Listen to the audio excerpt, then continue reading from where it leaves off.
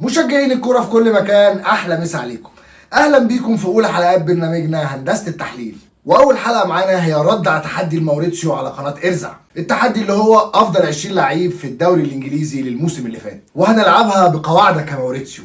وبما اني من عائلة الرزيعة المدفعجية القدام، فبقول لك يا مروان خلي بالك، الهندسة حضرت وهنعمل تشكيلة فيها فن وهندسة. لو عجبتكم تشكيلتنا ما تنسوش تسيبوا لنا رأيكم في الكومنتات وتعملوا لايك وسبسكرايب عشان تنضموا لعيلة هندسة الكورة. اظن كفاية رغي لحد كده، ويلا بينا نخش في المعمعة.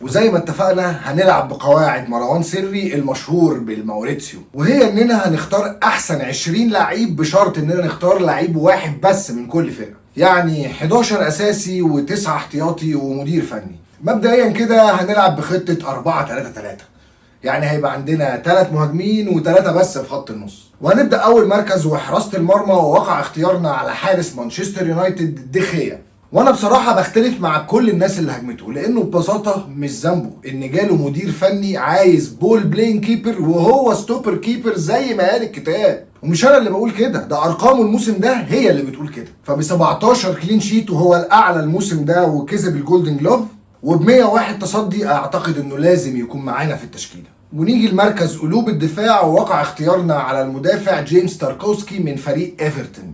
فبأعلى معدل للبلوك 78 بلوك، وبتاني اعلى معدل للكليرنسز 196 كليرنس، وباقي ارقامه محترمه جدا وما عندوش اي اخطاء فادحه وبدون كروت حمراء، ومعاه كمان هدف واسيست. اما قلب الدفاع التاني اللي هيلعب جنبه فهو مدافع وولفز ماكسيميليان كيلمن، واعتقد ان هو عامل موسم محترم وارقامه كويسه جدا. فهو تاني اعلى معدل للبلوكس ب 42 بلوك، وهو الرابع في الكليرنسز ب 163 كليرنس، وبرده بدون اي اخطاء فادحه او كروت حمراء. اما في مركز الباك الشمال فوقع اختيارنا على زينشينكو من فريق ارسنال.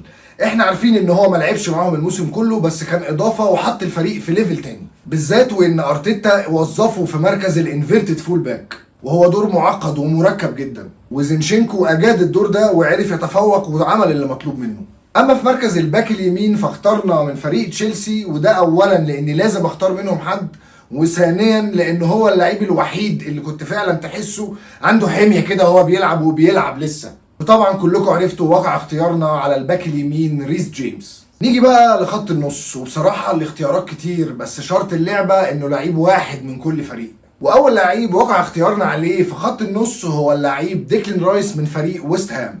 فب4 اهداف و2 اسيست ومستوى ثابت جدا طول الموسم، فاستحق ان هو يبقى موجود معانا في القائمه. اما تاني لعيب وقع اختيارنا عليه في خط النص فهو ماك أليستر من فريق برايتون.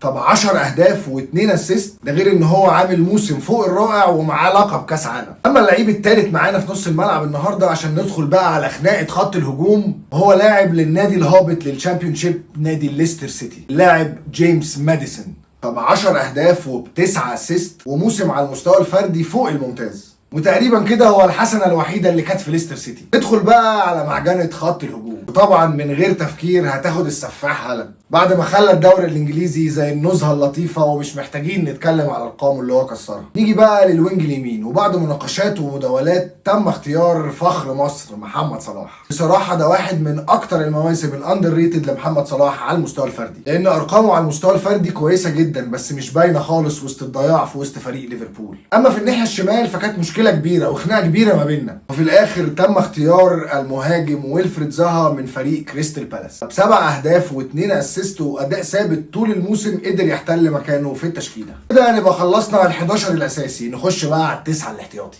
في مركز حراسه المرمى حارس نادي نيوكاسل الحارس نيك بوب. بصراحه حارس مميز وارقامه كويسه جدا طول الموسم، وكان يستاهل يكون هو الحارس الاساسي. في مركز قلوب الدفاع بيجي مدافع برينفورد بين مي، باداء مميز طول الموسم وكمان 3 اهداف و2 اسيست، حجز مكانه جوه قائمتنا. اما المدافع الثاني فهو فيليبي مدافع نوتنغهام فورست، صحيح كبير في السن بس مدافع خبره، ووقت ما تحتاجه هيكون اضافه. في مركز الباك اليمين هيجي معانا كيني تيتي من فولهام، باداء دفاعي مميز طول الموسم ومعاه هدف و5 اسيست، قدر يوصل معانا لقائمتنا. اما في مركز الباك الشمال فبيجي المدافع اليكس مورينو مدافع استون فيلا، ومعاه في رصيده 3 اسيست وهيبقى اضافه لما تحتاجه. اما عن احتياطي خط النص فوقع اختيارنا على جيمس وورد براوس نجم الضربات الثابته لساوثهامبتون.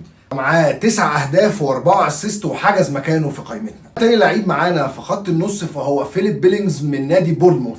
بعد اداء مميز ومعاه 7 اهداف واسيست واحد تم اختياره معانا في قائمتنا. اما عن احتياطي خط الهجوم فمعانا المهاجم المظلوم بفريقه هاري كين من فريق توتنهام. بعد موسم رائع على المستوى الفردي معاه 30 هدف و3 اسيست، بس للاسف بسبب السفاح هالاند اللي كسر كل الارقام القياسيه كان لازم نختاره معانا النهارده. اما اخر لعيب معانا واخر فريق فهو رودريجو مورينو من فريق ليدز ب 13 هدف واسيست واحد عشان يكمل فرقتنا ل 20 لعيب. نيجي لخناقه المدير الفني، واكيد الاختيار المنطقي بيقول اختار جوارديولا، لان ببساطه حاليا مفيش احسن من جوارديولا مدرب في العالم. بس احنا هنا في تيم هندسه الكوره شايفين ان التالق ده هو العادي بتاع البيب، لكن كان في مدرب تاني قدامه تحدي كبير وقدر ينجح فيه بامتياز، وهو المدرب الايطالي دي زيربي مدرب فريق برايتون. وده لان هو مسك الفريق في نص الموسم وقدر يكمل على الشغل اللي كان معمول ويوصل بالفريق لليوروبا ليج. لما نختم حلقتنا في 5 لعيبه لازم نذكرهم لان الصراحه التحدي ظلمهم واتخانقنا كتير بسببهم، فكان لازم نحطهم في قائمه شرفيه، وهم اول واحد وهو البوكايو ساكا، وبصراحه ماوريتسيو ابنك اون فاير. لعيب معانا وهو اوديجارد خط وسط نادي ارسنال وكان لازم نذكره بعد الموسم الرائع اللي هو عمله. لعيب معانا وهو مدافع نيوكاسل تريبير اللي عمل موسم ولا احلى الصراحه. اما رابع لعيب معانا فهو اكيد الساحر كيفن دي بروينا من السيتي. اما خامس لعيب معانا في القائمه الشرفيه دي فهو نجم الشياطين الحمر ماركوس راشفورد. ده كان ردنا على تحدي الماوريتسيو وقناه ارزع مع سري، ومش هنوقف التحدي عندنا وهنبعته للدك ممدوح نصر الله ونقول له يا دوك عايزين نشوف تشكيله تكسب تشكيله هندسه الكوره. عجبتكم الحلقه ما تنسوش تعملوا لايك وسبسكرايب للقناه، ما تنسوش لو عندكم تشكيله احلى من دي تسيبوها لنا تحت في الكومنتس. معاكم محمد الجوهري، اشوفكم الحلقه الجايه، سلام.